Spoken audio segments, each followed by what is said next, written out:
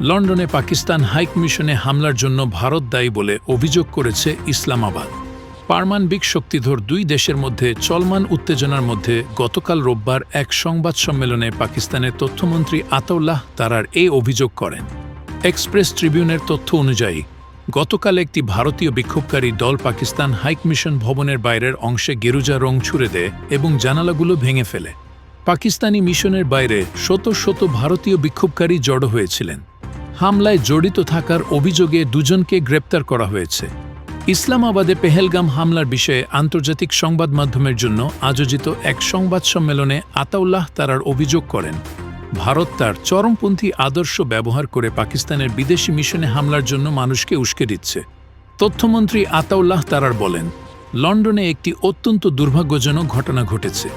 আমাদের হাইক মিশনে দুবার হামলা হয়েছে এবং পাথর নিক্ষেপ করা হয়েছে। এ ঘটনার সঙ্গে জড়িত ব্যক্তিরা ভারতীয় সংস্থা ও ভারতীয় রাষ্ট্রের পৃষ্ঠপোষকতায় কাজ করছে। আতাউল্লাহ তারার আরও বলেন, লন্ডনে মেট্রোপলিটন পুলিশ সন্দেহভাজনদের গ্রেপ্তার করেছে। তবে তিনি উল্লেখ করেন, ভারতীয় রাষ্ট্র যে ধরনের মানসিকতা লালন করে তারই প্রতিচ্ছবি এই ঘটনা। কতজনকে গ্রেপ্তার করা হয়েছে বা হামলার বিষয়ে আর কোনো বিশদ বিবরণ দেননি আতাউল্লাহ তারার।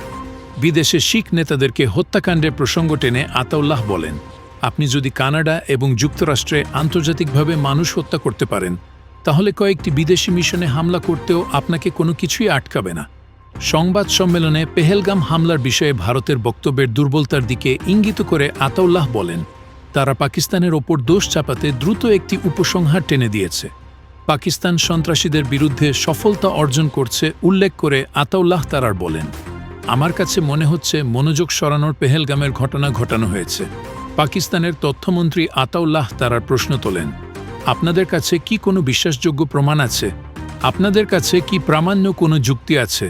কেন ঘটনার মাত্র 10 মিনিটের মধ্যে ঘটনাস্থলের কাছের পেহেলগাম থানায় এফআইআর করা হলো? বিষয়টি ব্যাখ্যা করে আতাউল্লাহ বলেন, একটি এফআইআর করার জন্য কর্মকর্তাদের ঘটনাস্থল পরিদর্শন, প্রমাণ সংগ্রহ, ঘটনাস্থলের পূর্ণাঙ্গ পর্যালোচনা এবং ফরেনসিক বিশ্লেষণ করতে হয়। সাধারণত ঘটনাস্থল ও প্রতিবেদনের মধ্যে সময়ের ব্যবধান থাকে।